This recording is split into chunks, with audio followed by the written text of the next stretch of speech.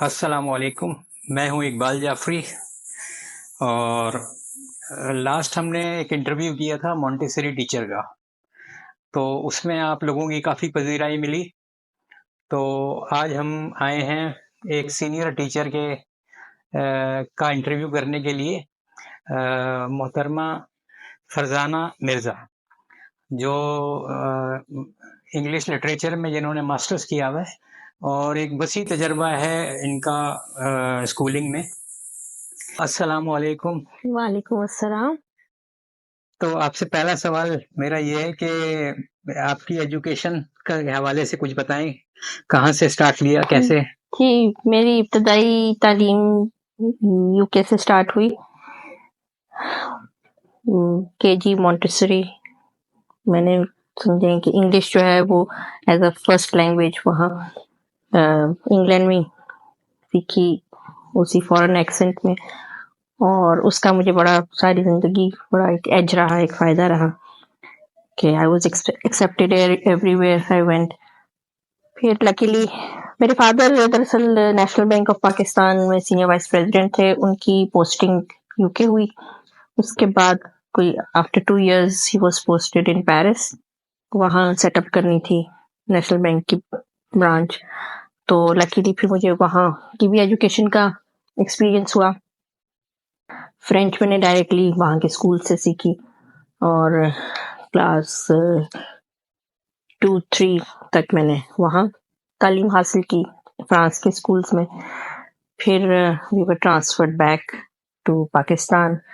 यहाँ फिर मेरी इंग्लिश का लेवल देख के तो मुझे क्लास 6 में दे रहे थे एडमिशन, तो उसमें यह है कि अम्मी ने कहा बाकी जो है मैथ्स वगैरह की तो बेस ही नहीं है, तो कम से कम आप जो है, और एज भी अभी इसकी इतनी नहीं है, तो खैर क्लास 5 में मैं एसना फाउंडेशन कि लाहौर का रीडिंग स्कूल था, वहाँ पे फिर मेरी जो है ना एजुकेशन स्टार्ट हुई। उर्दू मैंने वहीं सीखनी शुरू की क्लास 5 से, लेकिन जाके 7th क्लास से जाके फिर मेरी उर्दू की जो थी ना बेस बनी, कमांड हुई, लिखना पढ़ना सीखा। नहीं तो उससे पहले फिर ये था कि इस्लामियात के पेपर तो मुझे अलाउड था कि मैं इंग्लिश में लिया करूँ। फिर उसके बाद ये हुआ कि एसना में भी मैं लीडिंग स्टूडेंट रही। पढ़ने का पहले से शौक था क्योंकि अम्मी अब्बू दोनों बड़े हाईली एजुकेटेड थे। अम्मी का भी ताल्लुक टीचिंग से रहा हुआ था। वो भी अपने ज़माने का सर सैयद कैम्ब्रिज स्कूल था लाहौर का, उनकी सीनियर टीचर थी। तो खैर मैं हमेशा फर्स्ट 5 स्टूडेंट्स में रहती होती थी अपनी क्लास में। फिर उसके बाद मैट्रिक के बाद Kinnaird college for women Lahore में एडमिशन लिया, और उसके बाद throughout I was an A grader. तो मेरे सब्जेक्ट्स थे इंग्लिश लिटरेचर, फिलोसफी और इस्लामिक हिस्ट्री, जो कि मैंने खुद चूज किया। बाद में मुझे पता चला कि अल्लामा इकबाल के भी यही सब्जेक्ट्स थे। तो ये मेरा ही पूरे कॉलेज में कोई 1000 स्टूडेंट्स में मेरा ही ये कॉम्बिनेशन था सब्जेक्ट्स का। तो शुरू से मुझे बड़ी फिलोसफी और सोच विचार का बड़ा शौक था। राइटिंग मैट्रिक में मैंने, बल्कि क्लास 6-7 में मैंने पोइट्री शुरू कर दी थी, English poetry I used to read, और इंग्लिश बुक। अच्छा, पढ़ा मैंने थ्रू आउट इंग्लिश बुक्स, क्योंकि बेस इंग्लिश की थी। तो उर्दू के साथ बस मुझे ये था कि बस मुझे एग्जाम पास हो जाए मेरा, तो अदरवाइज जो था ना मेरा सारा एक्सपोजर इंग्लिश का था। बुक्स पढ़ती थी, पोइट्री लिखती थी और सोच विचार करती थी। फिर ये है कि इंटर के बाद ग्रेजुएशन मैंने फिर फिलोसफी और इंग्लिश लिटरेचर में की, और फिलोसफी में मैंने टॉप किया अपनी ग्रेजुएशन में। लेकिन मैंने फिर मुझे क्योंकि इंग्लिश लिटरेचर, क्योंकि बचपन वहाँ गुजरा था यूरोप में, तो मुझे इंग्लिश लिटरेचर का जो इंटरेस्ट था ना वो उसको आगे लेके बढ़ाना था अपने शौक को। तो फिर मैंने मास्टर्स में एडमिशन लिया किनेड कॉलेज में। 5th ईयर कर रही थी तो मुझे शादी हो गई और लाहौर भी छोड़ना पड़ा। मेरे हस्बैंड की पोस्टिंग मुल्तान में थी, तो बस इस तरह मैंने ब्रेक ली। लेकिन उसके बाद फिर मैंने शादी के बाद अपना जो है 5th ईयर करके 6th ईयर फिर मेरा जो था नहीं हो सका, क्योंकि फिर फैमिली की उसमें पड़ गई, मसरूफियात स्टार्ट हो गई। ये फिर शौक मैंने जाके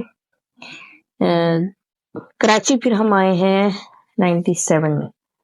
यहाँ पे फिर मैंने अपना पहला स्कूल जो था डिफेंस अमेरिकन में मैंने पहले, बल्कि मुल्तान में भी मैंने ब्लूमफील्ड हॉल, वहाँ का लीडिंग स्कूल है मुल्तान का, वहाँ जॉब की। साथ अपनी दोनों बेटियां फरवा महम छोटी छोटी थी। फरवा का स्कूल स्टार्ट करना था तो साथ ही 3 बेटियां ना, तो 2 बेटियों को तो मुझे ये था कि बस ये स्कूल साथ जाया करें ताकि मेड पे कम से कम बोझ पड़े। अनम जो थी वो अभी 7 मंथ्स की थी, तो मैं मेड के पास छोड़ के जाती थी क्योंकि मुझे शौक बहुत था कि पढ़ाई की है तो साथ करियर, क्योंकि हमारा कॉलेज जो था वो मैं बड़ा करियर ओरिएंटेड बनाता था। तो केसीआई जो है ना वो घर नहीं बैठ सकती। तो शादी के 6 साल के बाद मैंने कहा बस बहुत हो गया, अब मुझे अपना करियर स्टार्ट करना है। तो महम जो मेरी सेकंड बेटी है वो अभी सिर्फ 2 इयर्स की थी, जबकि मैंने प्रिंसिपल को जो कहा, मैंने कहा मुझे नहीं पता उसको प्ले ग्रुप में आपने जो है ना मेरी बेटी, उनका हम तो 3 साल का बच्चा लेते हैं, तो ये तो 2 साल की है, लेकिन खैर हमें क्योंकि आपकी बहुत जरूरत है। उस वक्त उन्होंने मुझे ओ लेवल ही दिया, उस वक्त सिर्फ मेरा 5th ईयर का रिजल्ट देख के। तो उन्होंने कहा ठीक है आप ले। तो महम तो क्लास 2 साल की उम्र से स्कूल जानी शुरू हो गई, सिर्फ मैंने अपना उनका शौक पूरा करना था। तो उसके बाद फिर हम कराची आ गए 97 में। तो उस वक्त की बच्चियां भी मुझे छोटी छोटी थी, तो फिर मैंने डिफेंस अमेरिकन स्कूल ज्वाइन किया जो कि अब हक्स अकेडमी के नाम से चल रहा है। वहाँ पे मैंने तकरीबन 1.5-2 साल पढ़ाया होगा। तो मुझे अपने बच्चों के लिए वो इतना अच्छा नहीं लगा उसका सेटअप। मुझे ये था कि बीकन सिटी स्कूल, इस तरह के स्कूल होने चाहिए जिसमें के बच्चे पढ़े मेरे। तो मैंने फिर जो है ना बीकन हाउस चूज किया। बीकन हाउस मैंने फिर ज्वाइन किया, दैट वाज इन 99 में। फिर जब ज्वाइन किया फिर बच्चियों को भी अपने साथ लेके आई। तो उस वक्त ये था कि बीकन हाउस की सेपरेट ब्रांचेस होती हैं। प्राइमरी ब्रांच अलग कैंपस पे होती है, सीनियर ब्रांच अलग कैंपस पे होती है। अब मेरे हस्बैंड की एक वो थी डिमांड थी कि अगर जॉब करनी है तो बच्चियां साथ होनी चाहिए, साथ जाए साथ आए। तो मैंने कहा अच्छा, तो फिर मुझे फिर प्राइमरी स्कूल में, क्योंकि उस वक्त प्राइमरी स्कूल में थी, जब तो मुझे फिर अपने I have to come down to that level. फिर मैंने, बल्कि वहाँ की प्रिंसिपल ने भी कहा कि आप तो इतनी हाईली क्वालिफाइड हैं, आप सीनियर ब्रांच में जाएं, यहाँ तो मतलब आपके कैलिबर की जो है ना वहाँ ज्यादा जरूरत है। यहाँ क्लास 5 तक है हमारे पास, तो और क्लास 3 में हमारे पास वैकेंसी। मैंने कहा जो भी क्लास, नर्सरी भी दे दो, मैं इस वक्त पढ़ाऊंगी। मेरी बच्चियां जब जाएंगी हायर स्कूल में फिर मैं उनके साथ ही ट्रांसफर ले लूंगी। उनका चलेगा। फिर ये था कि मैंने वो टाइम जो था ना यूटिलाइज, 6 इयर्स मैंने वहाँ पढ़ाया क्लास 3 को, जब बच्चियां छोटी थी। साथ ही फिर मैंने 2003 में एडमिशन कराची यूनिवर्सिटी में लिया। वहाँ फिर मैंने एक साल में दोनों पार्ट के, वो जो मेरा 5th ईयर था वो नल एंड वाइड हो गया हुआ था क्योंकि वो इतने साल पुराना हो गया हुआ था। तो वो फिर मैंने 5th ईयर का एग्जाम दिया और माशाल्लाह पूरे 5 पेपर्स क्लियर किए। जबकि कराची यूनिवर्सिटी का इतना स्ट्रिक्ट क्राइटेरिया है कि एक गो में कोई भी एग्जाम पास नहीं करता लिटरेचर का, जरूर सप्ली आती है और फिर आपने डिफरेंट टेक्स में करना होता है। लेकिन मेरा 5 पेपर्स एक ही गो में मैंने क्लियर किए बड़ी अच्छी परसेंटेज के साथ। फिर उसी साल फिर मैंने पार्ट 2 6th ईयर की भी तैयारी करके तो उसका भी दिया। तो मैंने ये 2 साल का कोर्स 1 साल में किया और 2004 में फिर जब रिजल्ट आया तो मैंने कराची यूनिवर्सिटी में टॉप किया, गोल्ड मेडल माशाल्लाह मिला मुझे। अच्छा, मैं आपसे ये जानना चाहूँगा कि आपका एक बड़ा वसी तजर्बा है टीचिंग में, तो आपने अपने बच्चों को कैसे जो है ट्रेन किया? बच्चों का ये है कि वहाँ जब एक जो भी कुछ भी कर रहे थे, माँ बच्चों के लिए एक रोल मॉडल होती है, सही। तो ये था कि मैं खुद क्योंकि टीचर थी और बच्चे जो थे वो they looked up to me. उनको पता था कि माँ जो है क्या एक्सपेक्ट कर रही है इस वक्त हमारे से। उनको तरबियत यही दी थी कि देखो मैं खुद क्योंकि एक वर्किंग लेडी हूँ, आपने स्कूल में खुद तवज्जो के साथ पढ़ना है, समझना है, अपना टाइम ज़ाया नहीं करना फ्रेंड्स के साथ। जो मेरी अम्मी ने मुझे तरबियत दी थी, वो मैंने आगे अपनी बच्चियों को पास ऑन की। तो उसमें ये होता था कि बच्चे जो हैं वो खुद ब खुद माँ-बाप के नक्शे कदम को फ़ॉलो करते हैं। और मेरा तो इतना रहा था कि मैं बच्चों के साथ शैडो की तरह थी। साथ ही सुबह को बड़ी हैसल होती थी, सबको तैयार करके खुद भी टाइम से निकलना। बीकन हाउस की इतनी स्ट्रिंजेंट पॉलिसीज़ होती थी कि आपने टाइम पे पहुँचना है, टीचर 1 मिनट भी लेट नहीं हो सकती। तो उस हालत में मैंने तीनों बच्चों को रेडी करके और सुबह को भागना होता था, सबके लंच बॉक्स से सब तैयार। उसमें ये होता था कि मेरा नाश्ता तो रह जाता था, वो तो आउट ऑफ क्वेश्चन, बाकी सब हस्बैंड का तैयार करके।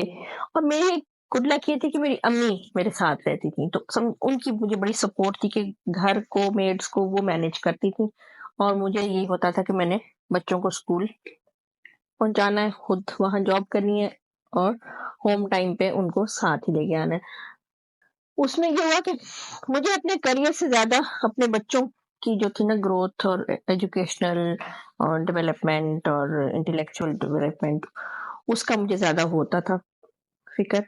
तो उस इसलिए मैं आफ्टर स्कूल की जो रिस्पॉन्सिबिलिटीज होती थी उनको मैं ज्यादा नहीं टेकअप करती थी। यहाँ तक कि मुझे सीनियर मिस्ट्रेस की भी ऑफर हुई।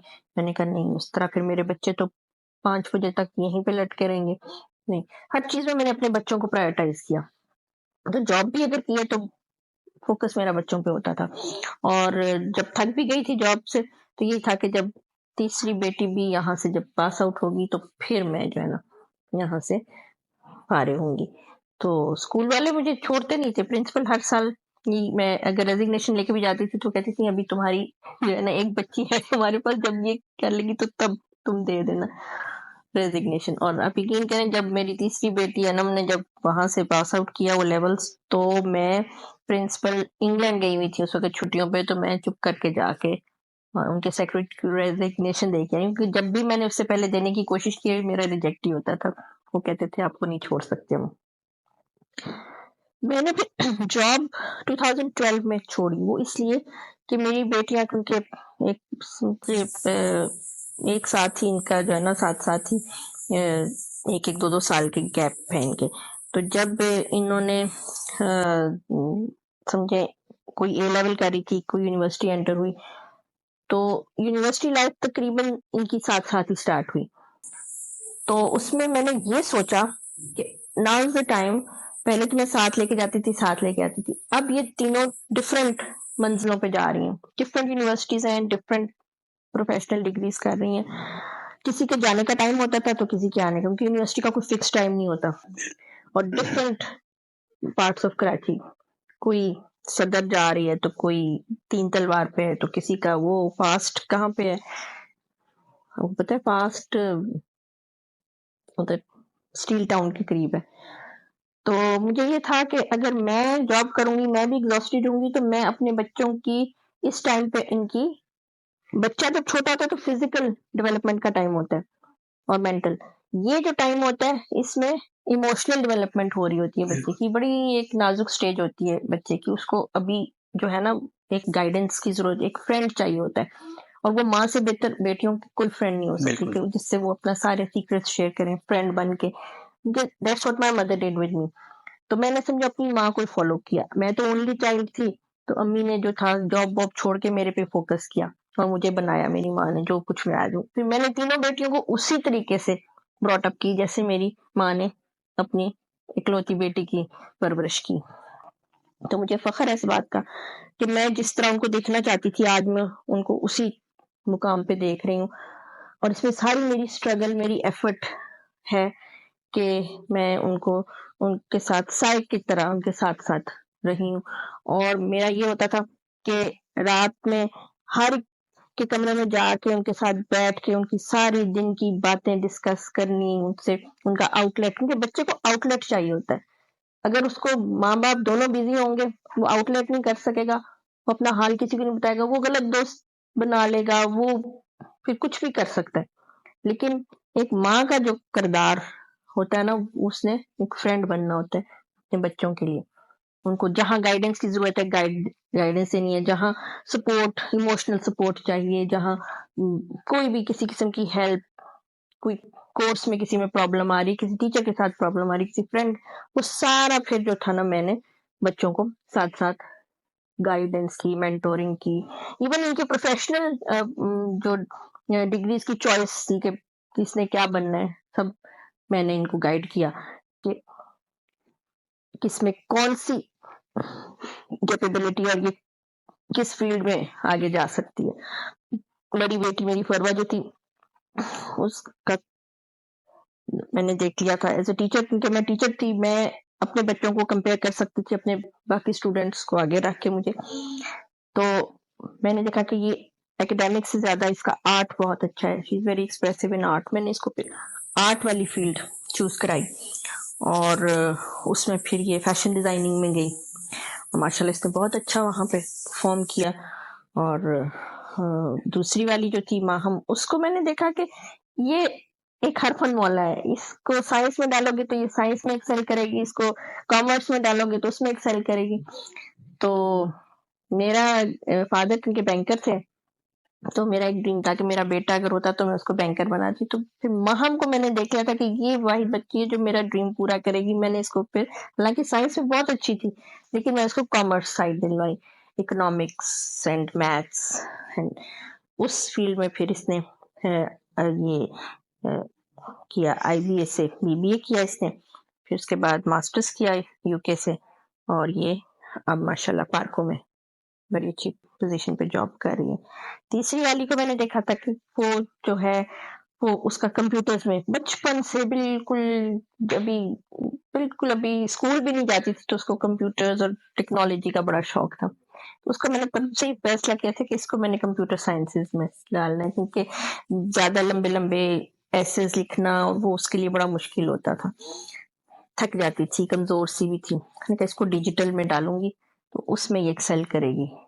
उसको फिर मैंने इसी साइड पे रखा, सॉफ्टवेयर इंजीनियरिंग फिर उसने माशाल्लाह की, बड़ा अच्छा 10 पर्ल्स में जॉब की, टेस्टिंग सीनियर टेस्ट इंजीनियर बनी।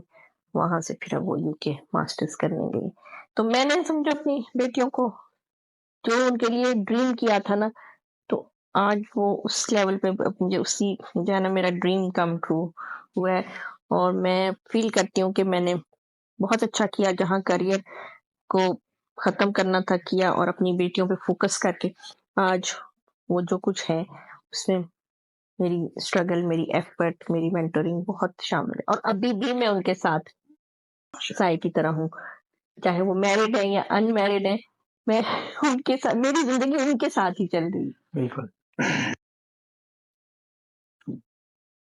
अच्छा, आपके तजुर्बे से और आपके एक्सपीरियंस से हम ये चाहेंगे कि आप हमारी नई नस्ल के लिए कोई पैगाम ज़रूर दें। जी, नई नस्ल को मैं यही पैगाम देना चाहूंगी कि नॉलेज इज पावर। तो जो भी करें काम, उसमें दिल लगा के, दिल जमा के काम करें, नॉलेज को एक्वायर करें, पढ़ाई करें। Education is very important for your growth and for the growth of this country, क्योंकि without knowledge we stand nowhere. और अगर ये अपना फोकस अपनी स्टडीज पे रखेंगे तो ये एक्सेल करेंगे, not only in their own domain but in the community of Nations.